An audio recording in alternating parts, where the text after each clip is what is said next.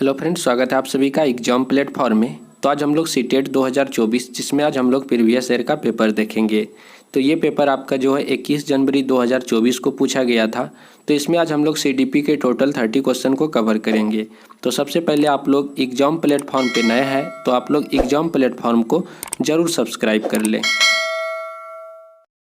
तो चलिए देखते हैं आज का फर्स्ट क्वेश्चन है आपका, जीन पियाजे का मानना था कि ज्ञान है। तो जीन पियाजे के अकॉर्डिंग बताना है आपको कि ज्ञान क्या होता है। फर्स्ट ऑप्शन है, एक दृश्य व्यवहार परिवर्तन है जिसे विश्वसनीयता के साथ मापा जा सकता है।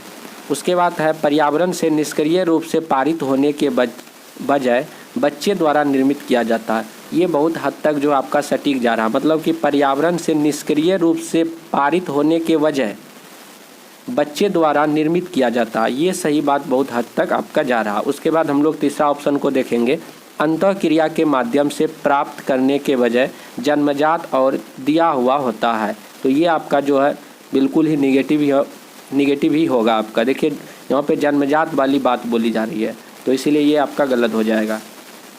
उसके बाद है, अधिक जानकार अन्य लोगों के साथ बातचीत से सह निर्मित होता है। तो यहाँ पे एक ही ऑप्शन कोई भी सही होगा। तो आपका जो है सेकेंड ऑप्शन जो है आपका, पर्यावरण से निष्क्रिय रूप से पारित होने के बजाय बच्चे द्वारा निर्मित किया जाता है, ये आपका बिल्कुल ही आपका पॉजिटिव है। यहाँ पे जो जीन पियाजे का मानना है, इनका मानना है कि ज्ञान केवल पर्यावरण से अवशोषित नहीं होता बल्कि बच्चे द्वारा इसके साथ अपनी अंतःक्रिया के माध्यम से निर्मित किया जाता है, इसका मानना है। तो इसीलिए आपका सेकंड ऑप्शन जो है बिल्कुल राइट आंसर हो जाएगा। उसके बाद देखिए आपका अगला क्वेश्चन है, किशोरावस्था के बारे में निम्नलिखित में से कौन सा कथन सही नहीं है। तो किशोरावस्था के बारे में कौन सा ऑप्शन आपका सही नहीं है, आपको बताना है। तो क्वेश्चन आपका नेगेटिव में है, तो आपका ऑप्शन को भी आपको नेगेटिव ही ढूंढना है, कौन सा ऑप्शन में नेगेटिव बोला जा रहा है। चलिए फर्स्ट ऑप्शन को देखते हैं, विभिन्न संस्कृतियों के बच्चे एक समान तरीके से किशोरावस्था में प्रवेश करते हैं और इसे अनुभव करते हैं। तो यहाँ पे आपको बताना है कि किशोरावस्था के बारे में निम्नलिखित में से कौन सा कथन सही नहीं है। तो देखिए, विभिन्न संस्कृतियों के बच्चे एक समान तरीके से किशोरावस्था में प्रवेश करते हैं और इसे अनुभव करते हैं। तो ये आपका जो यहाँ पे निगेटिव हो जाएगा। तो विभिन्न जो संस्कृति के बच्चे होते हुए अलग अलग तरीक़ा से जो है क्या करते हैं, किशोरावस्था में प्रवेश करते। यहाँ बोला जा रहा है कि सेम तरीके से प्रवेश करता है, इसीलिए आपका जो ये नेगेटिव का जवाब नेगेटिव में हो जाएगा। तो इसीलिए आपका ऑप्शन नंबर 2 आपका बिल्कुल क्लियर हो जाएगा। उसके बाद देखिए अगला क्वेश्चन है आपका, निम्न में से कौन सा एक महारत लक्ष्य अभिविन्यास का वर्णन करता है। तो यहाँ पे बताना है कि कौन सा महारत लक्ष्य जो है अभिविन्यास का वर्णन करता है। पहला है, अपमान के डर से असफलता या सज़ा से बचने पर ध्यान देना। तो ये जो है आपका जो सही नहीं है। किसी भी चीज़ को हम जो है किसी के डर से, किसी के मार से हम यदि किसी भी कार्य को करते हैं, उससे हम अपना लक्ष्य की प्राप्ति नहीं कर पाते हैं। यानी कि कहने का अर्थ हुआ कि बाह्य अभिप्रेरण से हम किसी भी लक्ष्य की प्राप्ति नहीं कर पाते हैं, नहीं कर सकते हैं। यदि हम अपना लक्ष्य को प्राप्ति हम चाहते हैं तो उसमें जो आंतरिक अभिप्रेरणा की ज़रूरत होती है। तो इस तरह से आपका ऑप्शन 1 जो है नेगेटिव यहाँ पे है। दूसरों के साथ प्रतिस्पर्धा करने के लिए एक निश्चित स्तर, देखिए प्रतिस्पर्धा वर्ड आया है, तो प्रतिस्पर्धा वर्ड जब भी आप लोगों को दिखे वो नेगेटिव होता। तो इसलिए आपका जो सेकंड वाला ऑप्शन भी गलत हो जाएगा, क्योंकि क्वेश्चन आपका पॉजिटिव में पूछ रहा। जैसे ही प्रतिस्पर्धा वर्ड दिखे तो हमको पता है कि ये नेगेटिव टैग वर्ड है, तो इस तरह से ये गलत हो जाएगा। तीसरा, किसी कार्य के लिए अपनी कौशल और समझ को सुधारने पर ध्यान देना, ये पूरी तरह से पॉजिटिव है आपका। तो किसी भी कार्य के लिए अपनी कौशल और समझ को सुधारने पर ध्यान देना, ये आपका जो है किसी भी लक्ष्य की प्राप्ति की तरफ ये जो ध्यान केंद्रित कराता है। तो ऑप्शन नंबर 3 आपका बिल्कुल राइट ही है। 4 भी पढ़ लेते हैं, बाहरी पुरस्कार प्राप्त करने के लिए। देखिए पुरस्कार, सीटेट में जब भी पुरस्कार वर्ड आए तो वो आपका निगेटिव होता है। क्या होता है, निगेटिव हो जाता है पुरस्कार वर्ड। तो निगेटिव टैग वर्ड है, आप लोग इसे ध्यान रखेंगे। पुरस्कार हुआ, भय हुआ, सजा हुआ, तो ये सारे निगेटिव है, जबकि क्वेश्चन मेरा पॉजिटिव में है। तो इसीलिए ऑप्शन नंबर 3 आपका पूरी तरह से क्लियर है, किसी भी कार्य के लिए अपनी कौशल और समझ को सुधारने पर ध्यान देना। उसके बाद चलिए हम लोग देखते हैं, निम्नलिखित में से कौन प्रगतिशील शिक्षा में शिक्षक की भूमिका का सबसे अच्छा वर्णन करता है। तो एक प्रगतिशील कक्ष की यहाँ पे बात किया जा रहा है, जिसमें जो है एक शिक्षक की भूमिका का अच्छा वर्णन कौन सा है आपको बताना है। फर्स्ट ऑप्शन है, शिक्षक बच्चों को स्वतंत्र रूप से सीखने देता और उनके सीखने में हस्तक्षेप नहीं करता। तो यहाँ पे तीसरा में बोला जा रहा है। उसके बाद अगला भी हम लोग पढ़ते हैं, शिक्षक कक्षा में ज्ञान और प्राधिकार का प्राथमिक स्रोत है। उसके बाद फिर अगला है आपका, बच्चे जो शिक्षक जो होते हैं, शिक्षक बच्चों को प्रयोग करने के लिए विविध सामग्री प्रदान करता है और आवश्यकता पड़ने पर आलम्बन प्रदान करता है। तो ऑप्शन तो सारे सटीक ही जा रहा, बट लेकिन आपका जो है तीसरा वाला ऑप्शन जो है बहुत ही ज़्यादा सटीक है। देखिए, शिक्षक बच्चों को प्रयोग करने के लिए विभिन्न प्रकार की सामग्री, मतलब कि जो मूर्त व्यवस्था के अंतर्गत जो भी सामग्री होते हैं, ठोस सामग्री जैसे कि TLM वगैरह, उन सारी चीज़ों को प्रदान करते हैं और आवश्यकता पड़ने पर आलम्बन का प्रदान भी करता है। तो इस तरह से आपका ऑप्शन नंबर 3 जो एक प्रगतिशील कक्षा कक्ष की ये विशेषता है, जिसमें एक अच्छे शिक्षक की निशानी भी है। तो ऑप्शन नंबर 3 आपका क्लियर है। उसके बाद है आपका, जीन पियाजे के अनुसार चिन्हों के लिए चिन्हों का प्रयोग करने की क्षमता, जैसे कि अक्षर X को अज्ञात अंक के लिए मानने की क्षमता डैश के दौरान विकसित होती है और विद्यार्थियों को डैश सीखने में सक्षम बनाती है। तो मान के चलिए कि कोई बच्चा जो है जैसे अज्ञात अंक जो है X मान लिया, यह क्षमता जो है डैश के दौरान विकसित होती है और विद्यार्थी को डैश सिखाने में सक्षम बनाती है। तो ये कौन सा जो स्टेज में इस तरह की जो है क्षमता बच्चे में आ जाता है, जैसे किसी भी सवाल को बना रहा है तो वो मान लिया क्या, लेट, मतलब कि ये मान लिया X है। तो इस तरह का चीज़ जो है कब मतलब कि मानना शुरू कर देता है। तो ये होता है औपचारिक जो संक्रियात्मक अवस्था होता है उसमें, और बच्चे इससे क्या होता है, बीज गणित का गणना करना सीख लेते हैं। तो ऑप्शन नंबर 4 आपका बिल्कुल क्लियर हो जाएगा। तो एक तरह से जीन पियाजे साहब जो है 4 तरह का अवस्था बताए थे। फर्स्ट था आपका क्या, संवेदी गमक, जो कि 0 से 2 वर्ष का बच्चा आता है। उसके बाद होता है मूर्त, जो कि पूर्व संक्रियात्मक अवस्था, जिसमें कि 2 से 7 वर्ष का बच्चा आता है। उसके बाद मूर्त संक्रियात्मक अवस्था 7 से 11 साल का बच्चा होता है। उसके बाद होता औपचारिक संक्रियात्मक, जिसमें 11 से प्लस वाले बच्चे आते हैं। तो यहाँ पे औपचारिक हो जाएगा। तो औपचारिक संक्रियात्मक यानी कि आपका जो चौथा वाला ऑप्शन, बिल्कुल ये चौथा वाला जो स्टेज है, इसमें बच्चे जो किसी भी चीज़ को मानना चालू कर देते हैं कि मान लिए ये X है। तो इस तरह का जब चीज़ उसके अंदर जब क्षमता जब डेवलप हो जाती है तो बच्चे उस समय जो है बीज गणित को हल करना भी सीख जाते हैं। तो ऑप्शन नंबर 4 आपका बिल्कुल क्लियर। उसके बाद है आपका 6 नंबर क्वेश्चन, निम्नलिखित में से कौन सा एक ऐसे प्रश्न का उदाहरण है जिसमें छात्रों को जानकारी का विश्लेषण करने की आवश्यकता होती है। तो यहाँ पे 4 ऑप्शन है, इसमें से आपको जो पढ़ के बताना है कि कौन सा ऐसा प्रश्न है जिसमें बच्चे में जो है जिसके जानकारी के रिगार्डिंग जो उसमें विश्लेषण करने की आवश्यकता होती है। तो जैसे आप देखिए यहाँ पे चौथा वाला ऑप्शन जो इसे आप पढ़ेंगे, टू किल अ मंकिंग बर्ड में लेखक प्रतिवाद का उपयोग कैसे करते हैं। तो इस तरह का प्रश्न यदि उससे पूछा जाए तो वहाँ पे बच्चे में जो है एक तरह से विश्लेषण करने की आवश्यकता पड़ेगी। तो यहाँ पे ऑप्शन नंबर 4 आपका बिल्कुल क्लियर हो जाएगा। उसके बाद अभिकथन और कारण से रिलेटेड क्वेश्चन है आपका, छात्रों के अच्छा प्रदर्शन करने और स्कूल में बने रहने की अधिक संभावना है यदि उनको अपने स्कूल से भावनात्मक लगाव और वे मानते हैं कि उनका होना मायने रखता है। तो इस तरह से यहाँ पे अभिकथन में बोला जा रहा है। कारण में बोला जा रहा है कि भावनाएं सीखने में महत्वपूर्ण भूमिका निभाती है। तो यहाँ पे कथन भी सही है और आपका कारण भी सही है और सही व्याख्या भी करता है। तो इसलिए आपका ऑप्शन नंबर 2 आपका बिल्कुल राइट आंसर हो जाएगा। कथन भी आपका सही है, कारण भी सही है। उसके बाद है आपका पाठ्य पुस्तकों और मीडिया में विभिन्न जेंडर का प्रतिनिधित्व कितना और किस तरीके से किया जाता है, जैसे महत्वपूर्ण प्रश्न पूछने से किसको प्रोत्साहन मिलेगा। जैसे बच्चे को जब हम मीडिया और विभिन्न जेंडर का प्रतिनिधित्व मतलब कि कितना ज़रूरी है या किस तरीके से किया जाता है, इस तरह का यदि हम लोग प्रश्न जो पूछने के लिए बच्चों को प्रोत्साहित करें तो उसमें किस चीज़ का जो है मजबूती आ जाएगा, तो वही आपको बताना है। तो फर्स्ट ऑप्शन है जेंडर भूमिका की नम्रता हतोत्साहित हो, जेंडर रूढ़ियों पर सवाल उठाना, जेंडर स्थिरता को मजबूत करना, उसके बाद है जेंडर पहचान को मजबूत करना। तो यहाँ पे कौन सा ऑप्शन सही होगा, तो यहाँ पे जो है लिंग रूढ़िवादिता का प्रश्न यदि हम लोग उठाएंगे तो यानी कि ऑप्शन नंबर आपका जो है कौन सा हो जाएगा, ऑप्शन नंबर 2 आपका बिल्कुल राइट आंसर हो जाएगा, जेंडर रूढ़ियों पर सवाल उठाना। तो इस तरह से आपका ऑप्शन नंबर 2 आपका बिल्कुल क्लियर हो जाएगा। उसके बाद है आपका शिक्षार्थियों के बीच व्यक्तिगत भिन्नता को संबोधित करने के लिए एक शिक्षक को, जो शिक्षार्थियों के जो होते हैं बीच जो है कुछ भी मतलब कि व्यक्तिगत जो है भिन्नता पाई जाती है, उस चीज़ को समझाने के लिए जो उन शिक्षक को क्या करना चाहिए। फर्स्ट ऑप्शन है सभी शिक्षार्थी के लिए एक अनम्य और समान पाठ्यक्रम लागू करना चाहिए। मतभेदों को असामान्य और एक प्रकार की कमी के रूप में स्वीकार करना चाहिए, तो आपका निगेटिव ही हो जाएगा। व्यक्तिगत भिन्नताओं को नज़रअंदाज ये भी आपका निगेटिव ही है। भिन्नताओं को मानव विविधता की प्रत्यक्ष विशेषता के रूप में मानना चाहिए, तो ये जो है आपका चौथा नंबर जो है बिल्कुल ही यहाँ पे पॉजिटिव बोला जा रहा है कि भिन्नता को मानव विविधता की प्रत्यक्ष विशेषता के रूप में मानना चाहिए। तो ये आपका राइट आंसर ऑप्शन नंबर 4 हो जाएगा। उसके बाद है एक प्रगतिशील कक्षा में आकलन।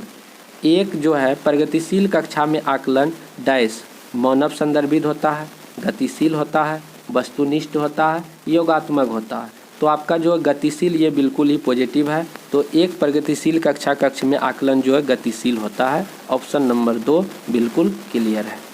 उसके बाद है आलोक निम्नलिखित व्यवहार दिखाता है। पढ़ते समय सिर को अजीब स्थिति में पकड़ना, आँख को बार बार मूंदना और रगड़ना, आँखों की लाली, सूजन, अक्षर पहचानने में भ्रमित होना, यह किसके संभावित लक्षण हो सकते हैं। जब बच्चे जो है पढ़ते हैं तो बार बार क्या करते हैं, सिर को जो है हिलाने लगते हैं, आँख को बार बार मूंदता है, फिर आँख को रगड़ता है, आँख में आँख जो है क्या होता है लाल हो जाता है, उसमें सूजन होने लगता है। तो इस तरह का यदि परेशानी बच्चे में आए तो वह किस प्रकार की समस्या, तो वह दृष्टि संबंधी समस्या, मतलब देखने में बच्चे को परेशानी हो रहा। तो ऑप्शन नंबर 2 ये तो बहुत ही आसान ही था। उसके बाद है वह कोई उद्देश्यात्मक निश्चित क्षण नहीं होता जब कोई बच्चा मध्य बाल्यावस्था या किशोरावस्था में प्रवेश करता है। वह कोई जो है उद्देश्यात्मक निश्चित क्षण नहीं होता जब कोई बच्चा मध्य बाल्यावस्था या किशोरावस्था में प्रवेश करता है। सही बात है। विकास जो है प्रकृति में निरंतर होता है, ये भी सही है। तो यहाँ पे दोनों ही आपका सही हो जाएगा और सही व्याख्या भी करता है, तो ऑप्शन नंबर 2 आपका क्लियर हो जाएगा। उसके बाद है आपका अभिकथन में बोला जा रहा है शिक्षकों को निरंतर अपने स्वयं के रूढ़िवादिता और पूर्वग्रहों पर चिंतन करना चाहिए। सही बात यहाँ पे बोला जा रहा है। सांस्कृतिक रूप से उत्तरदायी शिक्षण का अर्थ है कि शिक्षक चिंतनशील हो, ये भी यहाँ पे सही है। तो कथन भी सही है और आपका जो है कारण भी सही है और सही व्याख्या भी करता है, तो ऑप्शन नंबर 2 आपका बिल्कुल राइट आंसर हो जाएगा। उसके बाद आपका 14 नंबर है यहाँ पे वाइगोत्स्की के अनुसार संज्ञानात्मक विकास को सुगम बनाने में शिक्षक की क्या भूमिका है। वाइगोत्स्की के अनुसार जो संज्ञानात्मक विकास का सिद्धांत किसने दिया है, लेव वाइगोत्स्की के द्वारा दिया गया है। तो उसके अनुसार जो है सुगम बनाने में शिक्षक की क्या भूमिका है। फर्स्ट ऑप्शन है केवल उन्हीं कार्यों को देना जो विद्यार्थी वर्तमान में स्वतंत्र रूप से कर सकता है। ये तो निगेटिव ही है, केवल उन्हीं कार्यों को देना। तो इसलिए यहाँ पे देखिए केवल वर्ड जब भी आपको दिखे वो निगेटिव होता है, आप लोग याद रखेंगे, इसको गांठ बांध लीजिएगा आप लोग। जब भी केवल दिखे तो निगेटिव हो जाता है, तो इस तरह से हम लोग केवल की वजह से इसको हम लोग निगेटिव कर देंगे। ठीक। छात्रों को जानकारी और ज्ञान प्रदान करना, ये तो आपका जो है बहुत ही यहाँ पे सटीक जा रहा है। छात्रों को जानकारी और ज्ञान प्रदान करना। उसके बाद और भी हम लोग पढ़ेंगे आलंबन के माध्यम से छात्र के सीखने का मार्गदर्शन और समर्थन करना। उसके बाद देखिए छात्र को पूरी तरह से स्वतंत्र रूप से सीखने की अनुमति देना। तो यहाँ पे कौन सा ऑप्शन होगा, तो यहाँ पे तीसरा वाला ऑप्शन देखिए आलंबन के माध्यम से छात्र के सीखने का मार्गदर्शन और समर्थन करना, ये जो है सबसे ज़्यादा यहाँ पे सटीक है। तो ऑप्शन नंबर 3 आपका बिल्कुल क्लियर है। उसके बाद है 14 नंबर आपका एक माध्यमिक स्कूल शिक्षक छात्रों को संकल्पनाओं और वास्तविक दुनिया के अनुप्रयोगों के बीच संबंध बनाने में मदद करने सार्थक सीखने को सक्षम बनाना चाहता है। निम्नलिखित में से कौन सी गतिविधि एक उपयुक्त शैक्षणिक रणनीति होगी। तो यहाँ पे सभी ऑप्शन को हम लोग क्या करेंगे, पढ़ेंगे। तो यहाँ पे फर्स्ट ऑप्शन देखिए क्या, छात्र को छोटे समूहों में वर्तमान मुद्दे पर शोध करने के लिए देंगे और अपने निष्कर्ष कक्षा में प्रस्तुत करें। तो एक देखिए क्वेश्चन क्या बोला जा रहा है कि एक माध्यमिक स्कूल शिक्षक छात्रों को संकल्पना और वास्तविक दुनिया के अनुप्रयोगों के बीच संबंध बनाने में मदद करने के लिए सार्थक सीखने में सक्षम बनाना चाहता है। तो जब वह इस चीज़ों में जो है उससे बच्चे को पारंगत बनाना चाह रहा है तो इसके लिए क्या करना पड़ेगा? इसके लिए छात्रों को छोटे समूहों में वर्तमान मुद्दे पर शोध करने के लिए देंगे और अपने निष्कर्ष को कक्षा में प्रस्तुत करने के लिए कहेंगे। तो इससे जो है बच्चे में उस तरह का जो है विकास मतलब कि डेवलप हो जाएगा इस तरह की गतिविधि कराने से। तो वर्तमान समय में बच्चे को जो है किसी मुद्दे पर किसी भी टॉपिक पे हम लोग शोध करने के लिए रिसर्च करने के लिए देंगे। फिर रिसर्च करने के बाद बच्चे को कहेंगे कि आपने क्या क्या मतलब इस चीज़ पे रिसर्च किया, क्या निष्कर्ष पाया, तो आप क्लास में इसे बताएं। तो ऑप्शन नंबर 1 आपका बिल्कुल राइट हो जाएगा। उसके बाद है आपका लेव वागोत्स्की के अनुसार बच्चे डैश के साथ अंतःक्रिया के अनुभव से लाभान्वित होते हैं और उन कार्यों को कर पाते हैं उनके समीप दूराभिमुख विकास के क्षेत्र डैश है। तो लेव वागोत्स्की के अनुसार बच्चे डैश के साथ, तो किसके साथ? तो बच्चे जो है किसके साथ? बच्चे जो है आपका अधिक जानकार के साथ अंतःक्रिया का अनुभव लाभान्वित करते हैं और उन कार्यों को कर पाते हैं जो समीप दूराभिमुख विकास के क्षेत्र अंदर है। तो इस तरह से आपका जो है क्या हो जाएगा? ऑप्शन नंबर आपका जो है 2 यहाँ पे बिल्कुल राइट आंसर हो जाएगा। अधिक जानकार और अंदर यहाँ पे राइट आंसर हो जाएगा। तो लेव वागोत्स्की के अनुसार जो संज्ञानात्मक विकास का जो विकास कैसे होता है, बच्चे जो अधिक जानकार लोगों के साथ अंतःक्रिया करके जब चीज़ों को सीखते हैं तो उसमें बच्चे का जो है काफ़ी ज़्यादा डेवलप होता है। उसके बाद देखिए अगला क्वेश्चन है आपका अपठन वैकल्य यानी कि डिसलेक्सिया एक डैश स्थिति है जो शिक्षार्थी को डैश की क्षमता को प्रभावित करता है। तो डिसलेक्सिया क्या है? डिसलेक्सिया एक जो है आपका जो तंत्रिका या न्यूरोलॉजिकल स्थिति है जिसमें शिक्षार्थी को ध्वनियों को प्रतीकों के चिन्हों के साथ जोड़ने की क्षमता को क्या हो जाता है? प्रभावित हो जाता है।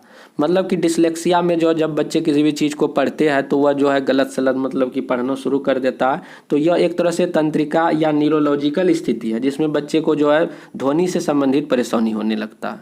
तो आपका डिसलेक्सिया हो जाएगा यानी कि पढ़ने में बच्चे को कठिनाई, तो यह हो जाएगा डिसलेक्सिया। तो ऑप्शन नंबर 3 आपका। ये क्वेश्चन जो है लगभग हर एक बार पूछा जाता है डिसलेक्सिया से रिलेटेड, तो आप लोग समझ में आ गया होगा। डिसलेक्सिया जब भी आए तो ध्वनि से संबंधित यानी कि पढ़ने में बच्चे को परेशानी, तो वो क्या हो जाएगा? डिसलेक्सिया। उसके बाद है आपका निम्नलिखित में से कौन सा समाजीकरण की प्रक्रिया की विशेषताएं हैं? तो समाजीकरण की प्रक्रिया की विशेषता आपको बताना है। यह एक रैखिक प्रक्रिया है, ये गलत हो जाएगा। सामाजिकरण की जो प्रक्रिया होता है वह रैखिक नहीं होता, इस तरह से ये आपका गलत हो जाएगा। यह एक जटिल प्रक्रिया, ये सही बात है। सामाजिकरण प्रक्रिया एक जो सरल प्रक्रिया नहीं है, यह एक जटिल प्रक्रिया है और यह एक बहुआयामी प्रक्रिया है और यह विभिन्न संस्कृतियों के विशिष्ट रूप से होती है। तो इस तरह से आपका B, C, D ये सारे ऑप्शन आपका सही हो जाएगा सिवा किसका? 1 का। तो A आपका गलत है। तो समाजीकरण की प्रक्रिया की विशेषता हो गया यह एक जटिल प्रक्रिया है, यह बहुआयामी है और यह विभिन्न संस्कृतियों में विशिष्ट रूप से होती है। तो B, C, D यानी कि ऑप्शन नंबर आपका 4 बिल्कुल क्लियर हो जाएगा। उसके बाद आपका 19 नंबर पे है एक समावेशी कक्षा में सीखने के लक्ष्यों शैक्षणिक रणनीतियों के साथ साथ आकलन में अनुकूलन किया जाना चाहिए। सही बात है। समावेशन का दर्शन शैक्षणिक दृष्टिकोण और मूल्यांकन के माध्यम से सभी व्यक्तिगत मतभेदों को समाप्त करने की वकालत करता है।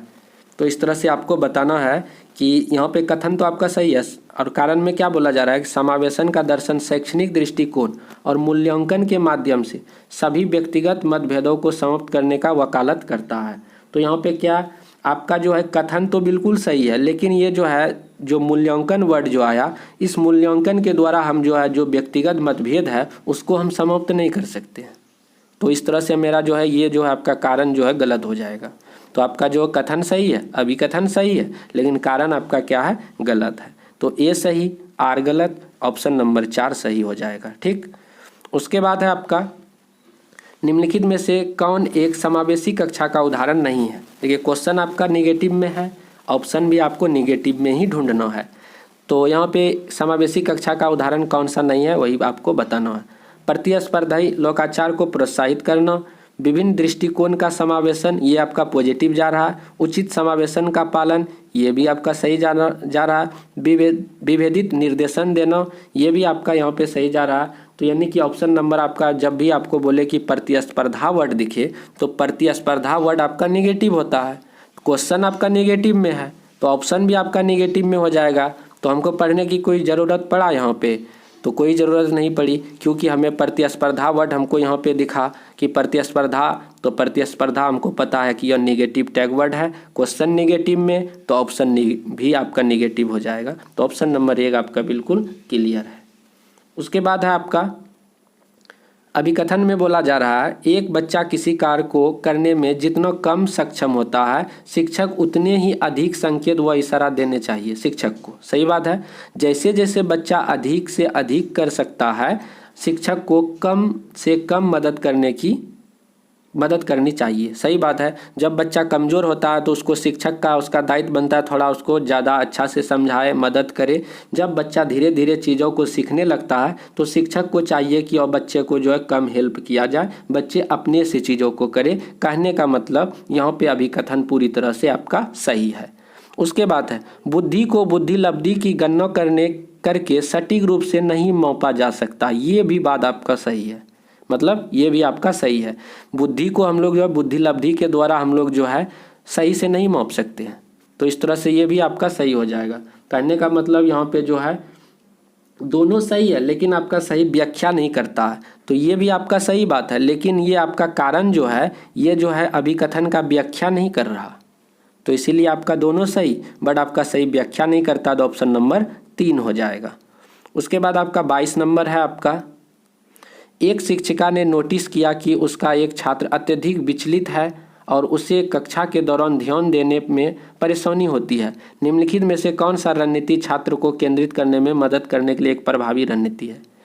तो एक शिक्षिका ने नोटिस किया कि एक छात्र को जो है मतलब कि छात्र बहुत ही ज़्यादा चंचल है, बहुत ही ज़्यादा विचलित है, उसे जो है कक्षा में जो है ध्यान केंद्रित करने में बहुत ज़्यादा परेशानी हो रहा है।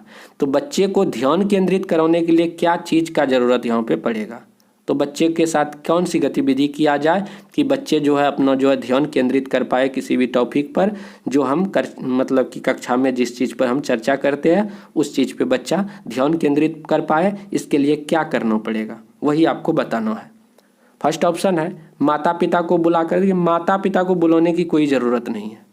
विद्यालय में बच्चा किसी भी प्रकार का परेशानी कर रहा है, पढ़ने में दिक्कत हो रहा है, तो क्या हम बच्चे का गार्जियन को बुला के ले आएंगे? बिल्कुल नहीं लाना है, ठीक। उसके बाद छात्र को कक्षा में दौरान बार बार करने के लिए कार्य कहेंगे। यदि बच्चा का ध्यान केंद्रित नहीं हो रहा तो हम क्या बच्चे को यह थोपेंगे कि आप बार बार इसी कार्य को करो? ये भी निगेटिव है, ये भी आपका नहीं होगा। छात्र को सख्ती से अपना अवधान अवधि बढ़ाने के लिए कहेंगे। उसके बाद स्वनियमन और समय प्रबंधन के लिए छात्र को टाइमर देने के लिए कहेंगे। ये हो सकता, ये आपका ऑप्शन 4 आपका सही हो मतलब कि है कि स्वनियमन और समय प्रबंधन के लिए छात्र को टाइमर देना, तो ऑप्शन नंबर 4 आपका बिल्कुल यहाँ पे राइट हो जाएगा। उसके बाद है आपका वास्तविक जीवन की समस्या और मूर्त अनुभवों से सीखने से बच्चे को अधिगम और जानकारी प्राप्त करने के लिए कई रास्ते मिलते हैं। सही बात है, विकास अपेक्षाकृत व्यवस्थित और अनुक्रमिक है।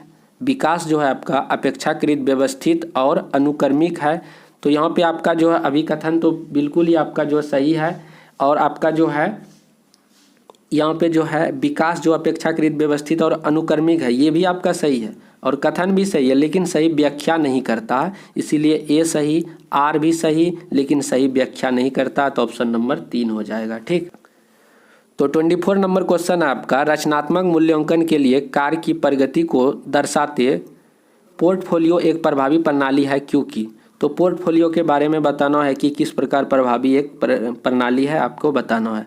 जैसे वे मूल्यांकन की प्रक्रिया में छात्रों को शामिल करते हैं, ये सही हो जाएगा। वे व्यक्तिगत छात्रों के प्रगति के बारे में अंतर्दृष्टि प्रदान करते हैं, ये भी सही होगा। वे मुख्य रूप से अंतिम उत्पाद की प्रस्तुति पर ध्यान केंद्रित करता है। देखिए मुख्य रूप से वह अंतिम जो उत्पाद होता है उस पर ध्यान केंद्रित नहीं करता, इसलिए ये गलत हो जाएगा आपका। वे छात्र अधिगम के ठोस सबूत पेश करते हैं, ये आपका सही है। कहने का मतलब ए, बी और डी, यानी कि ऑप्शन नंबर 1 आपका बिल्कुल राइट आंसर हो जाएगा, सिर्फ आपका सी वाला यहाँ पे गलत हो जाएगा। उसके बाद है 25 नंबर पे आपका कोहेलबर्ग के नैतिक विकास के सिद्धांत की कैरोल गिल्गन की आलोचना का केंद्रीय तर्क बताना है आपको। तो कोहेलबर्ग जो नैतिक विकास का जो सिद्धांत दिया था वो जो है क्या दिया था, वो एक प्रकार का जो है नारीवादी दृष्टिकोण था। उसमें जो है जो गिलगन का जो मानना था, उसका तर्क था कि कोहेलबर्ग का जो सिद्धांत है वह मर्दाना मूल्यों पर जो है क्या है, उसके प्रति पक्षपाती है। यानी कि कोहेलबर्ग का सिद्धांत जो है मर्दाना मूल्य यानी कि पुरुषों के मतलब कि सिर्फ निर्भर करता था, उन्हीं पे मतलब कि पक्षपाती था। यह महिलाओं के नैतिक विकास के लिए पर्याप्त रूप से जिम्मेदार नहीं था। यानी कि जितना भी एक्सपेरिमेंट किया कोहेलबर्ग साहब, सारे जो है पुरुषों पर ही किया। इसीलिए यहाँ पे जो है नारीवादी दृष्टिकोण आपका राइट आंसर हो जाएगा। यानी कि देखभाल की नैतिकता और नारीवादी दृष्टिकोण, ये आपका राइट आंसर हो जाएगा। तो उन्होंने जो है काफ़ी ज़्यादा इसका आलोचना भी किया कि जितना भी सारा एक्सपेरिमेंट किया, जितना भी सिद्धांत दिया, सभी जो है पुरुषों पर ही किया। सुजाता नृत्य प्रतियोगिता में केवल इसलिए उत्सुकता से भाग लेती है क्योंकि वह नगद पुरस्कार प्राप्त यानी कि पुरस्कार जो है जीतने में रुचि रखती है।